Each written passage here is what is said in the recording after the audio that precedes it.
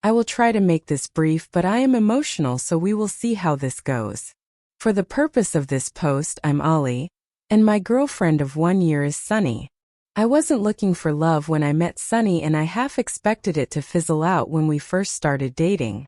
To be clear, she's just out of my league. She's bubbly, outgoing, sweet, and popular. And I work from home and have one true friend, Beverly.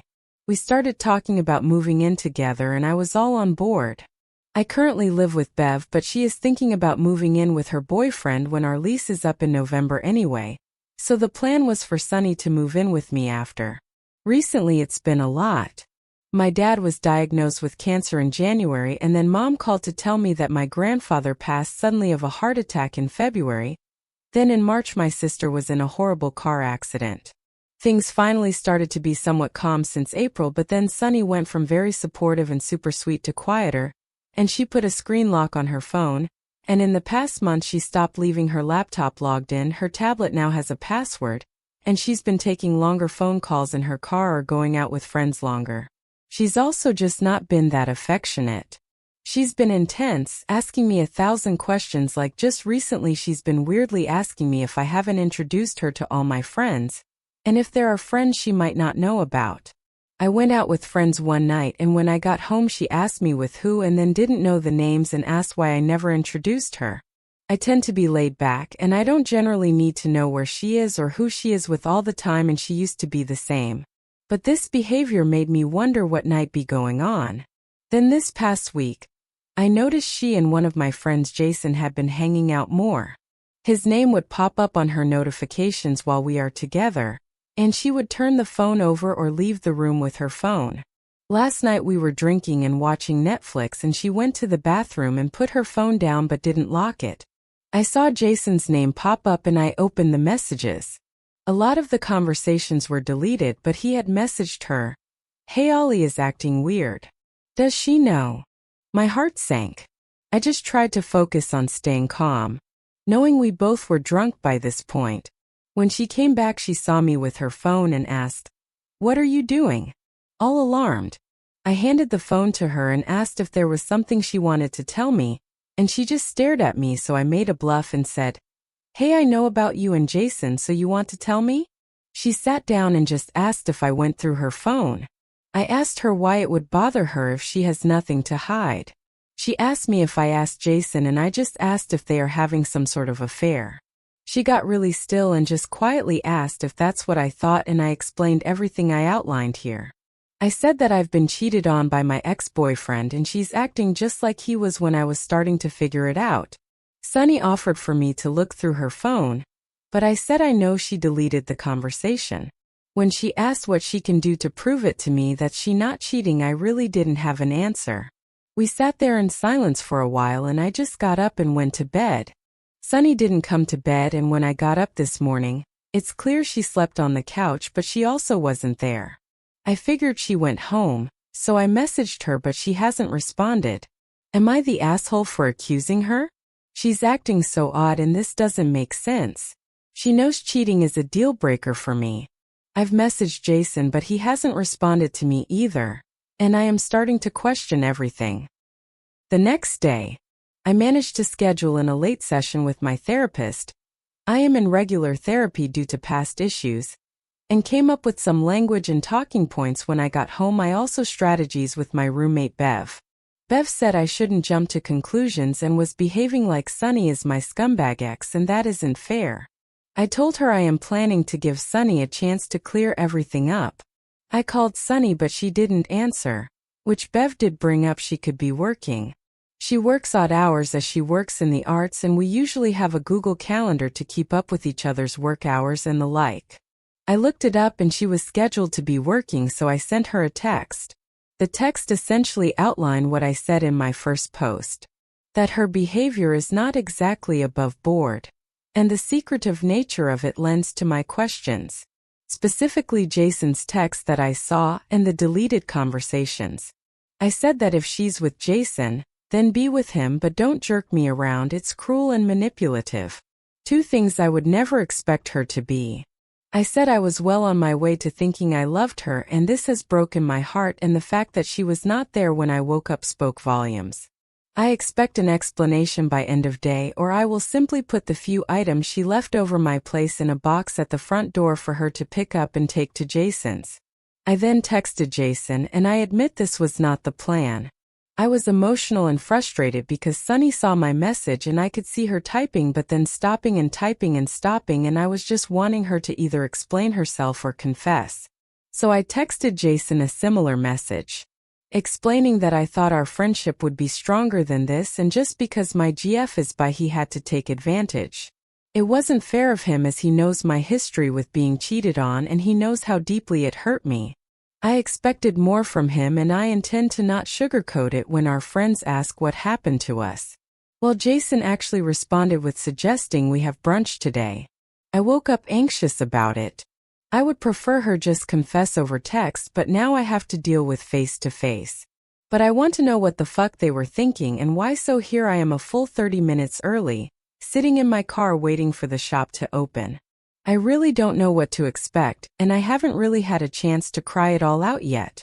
I have my job, and at home Bev keeps saying I am overreacting and need to calm down, and it's just irritating.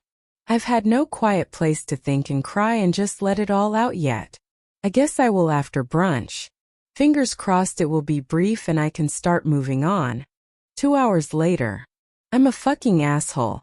After my last post, I got out of my car and walked around for a moment to think and calm down.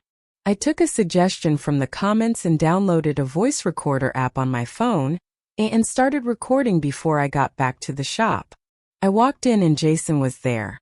With Sunny. As soon as I saw them sitting together, I knew my relationship was over. So I said as much when I approached. I just said, "Oh, so we're over then." And Sunny stood up and started saying she can explain and that I didn't understand. I just laughed and mentioned that I did ask before what was happening. And she didn't seem to want to explain, and that said enough. I rehashed everything: the locked devices, passwords, the shifty behavior, the deleted texts. She can't look me in the eye and tell me she's that stupid or thinks I am. Sunny just shrunk at that and didn't look me in the eye. That's what I thought. I was saying and looked at Jason, but he just stared at me. He was calm and just asked me to please sit down, so I did and put my phone and keys on the table in front of me as if ready to leave at any moment. Jason said that he didn't reply to my text right away because Sunny had called hysterical and hung over saying I thought she was cheating, so he and Bev went over to Sunny's to calm her down and talk it out. He wanted Sunny to explain it, but she was too nervous after I had basically said she was just like my cheating ex. She figured I wouldn't believe a word she had to say. Apparently this was all a misunderstanding. I've had such a shit year that Sunny went to Jason, Bev, and a few other friends with the idea of making a huge deal of my 35th birthday in August. As I have complained of never really having a party for my birthday, I didn't somewhat plan true. So she's been spending months planning this out. She rented out a local bar for the night of, invited my friends and swore them all to secrecy, ordered my favorite food for catering, decorations, and the works. She said she started getting nervous the surprise would be ruined because we are always casually on each other's devices, so a friend suggested she delete the convos. She even showed me in the group chat she had with my friends with a timestamp of a few months back where that suggestion came from. They showed me the receipts for the rental for the bar, the pre-ordered catering, a photo booth, etc. She said she uses Messenger, so she had to lock all her devices Messenger was on so I wouldn't accidentally stumble on the surprise. She was asking about friends she hadn't met so she could include them and invite them to my party. She said she wanted it to be big, like almost an event. That she'd been stressing about money so she could earn enough extra to afford it. I asked her why she'd been so distant then and not very affectionate, and she looked confused and said she noted I was usually not in a great mood and didn't seem to want her to touch me a lot, so she was giving me space, and she figured after the party, where she then showed me the reservations of my surprised weekend in a vacation town not far from where we live, we would have time on the surprise vacation weekend to reconnect and reset. Jason then handed over his phone to show me the conversations that were deleted off Sunny's phone. And I looked them all over, taking my time to read everything. They all had to do with the party. He offered for me to scroll back as far as I liked as he had nothing deleted and nothing to hide, and I did scroll a lot. All the way to their first text. The "does she know" text was about the party, he said, because I seemed tense around him and he felt I was being cagey when he and I texted, which around the time I suspected him to be sleeping with my GF. At this point, I could see Sunny was holding back tears and she handed me her phone and again offered for me to look through every app if I wanted, but I said no. I didn't really know what to say from there because I frankly figured they were both there to confess to the affair. I rolled over everything in my head and just sat there silent. After a short while, when our food arrived, Jason asked if I had any questions and I said no. He asked me if I still thought there was an affair and I shook my head. My whole face felt hot and I just wanted to leave. He then asked me that since the cat was out of the bag about the party, if I wanted to be involved in the rest of the last-minute planning, and I said no. Sunny started apologizing, saying she never thought I would think she was cheating, that she froze when I accused her because she was drunk and shocked. It had hurt her deeply that I really believed that, and she didn't know how to maintain secrecy of the party and keep me from breaking up with her thinking she was shagging my friend. She said that she had never planned a surprise before and didn't want to ruin it. She asked me what I wanted to do, or where we stood now, and I just stared at them frozen. I just shrugged and didn't really look them in the eye, and we ate in relative silence. I paid our whole tab and left quickly while Sunny was in the bathroom.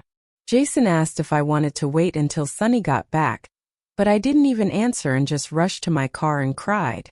I know I'm a coward and an ass. I have no idea how I am even going to face any of my friends because I saw in the group chat Sunny explain that I thought there was an affair and what she should tell me to not ruin the surprise. My friends mostly suggested she just tell me the truth, noting my past relationship and how broken I was after. It felt weird to see how they viewed me and how right they were, and now I just feel like an ass. I texted Sunny that we should probably talk one-on-one when we calm down, and she's replied that she really needs to take some time to breathe now that everything is out in the open. I said I understood and asked how long she needed and if we can maybe talk tomorrow, and she hasn't responded. Jason has since forwarded me some of the proof they showed me at brunch and just said, "Here if you need to talk," and nothing more. I know I need to apologize, but I don't even know where to begin. I don't even know how to fix this now, or how to make it up to Sunny or Jason. I can hear Bev moving around downstairs and I can't even face her. I'm still mad at her for not telling me the truth, but I know how unfair I am being. What the fuck do I even do? I read through the comments and realized, in my fear of being too long-winded, I skipped over some important context. Also, any and all comments that are just insults against my girlfriend, BFF, and or myself, congrats, I didn't read them and I sure as hell ain't wasting my time to reply to them. Does that actually work for you normally, LMAO? Anyway, context, sorry if I wasn't clearer before, this is my first time making posts. I usually just read. I wasn't in the "she's definitely cheating" mindset for weeks like some comments suggested. It was all over the course of 2-ish days, 3 tops. Before that I was just confused by her behavior and didn't really know what the fuck was going on. No one left me to wallow like that for weeks on end. I was vocal for a short time before the brunch. Everyone was operating off of a comment I made when Bev's BF threw her a big surprise party last year. And I made an offhand comment of how cool that was because I always plan my own stuff, and it would be awesome to have a surprise party planned by my friends or partner. Bev is my BFF. And there is nothing romantic between us before this or after this. She's engaged to my brother and both of them are about as straight as a designated sock drawer. I am set to be their MOH in the wedding. Anyone thinking she wants in my pants really needs to touch grass. This isn't bad anime. I do refer to Bev as my only friend because we've been childhood buddies, and I realize that confused people. I do have other friends that I'm just not very close to at all. Most of them are Bev or Jason or my brother's friends, and I am in the friend group. So I am now referring to Bev as my BFF and the others as friends to avoid the confusion. Some of the others did pressure Bev to be subtle and not ruin the surprise, and they're more below. I actually found out this morning. I am not a man. I am a lesbian. Indeed, my ex-boyfriend turned me gay. LMAO. Kidding. I've always been gay but didn't know until after my ex. Sunny is bi for those who are confused. Jason is also not trying to screw me. He is married to Bev's sister Deanna, F37. I don't mention her because she frankly hates Sunny and I don't tolerate people disrespecting my GF, so she now also hates me. Jason just usually keeps us all pretty separate, though we are cordial when in each other's presence now. Sunny is not the abusive cheating ex, those are different people. He was a malicious, unfaithful toad. Yes, I am already in therapy. I mean, it's in the username LOL. I had a depressive episode earlier this year, and thus I can call emergency sessions with one of the 3 therapists I've been seeing since then. Without getting too much into my issues, if you're struggling, fucking go to therapy if at all accessible where you live. It might be more accessible than you think, as the program I use was free while I didn't have insurance at first. I think that's most of the misconceptions I've read. Well, good morning to the hundreds of people who commented on my last freaking post. I honestly expected maybe 20. It was a bit overwhelming. Thanks to everyone with actual advice, ideas, kind words, and constructive criticism, or sent me kind messages. I have an update for you.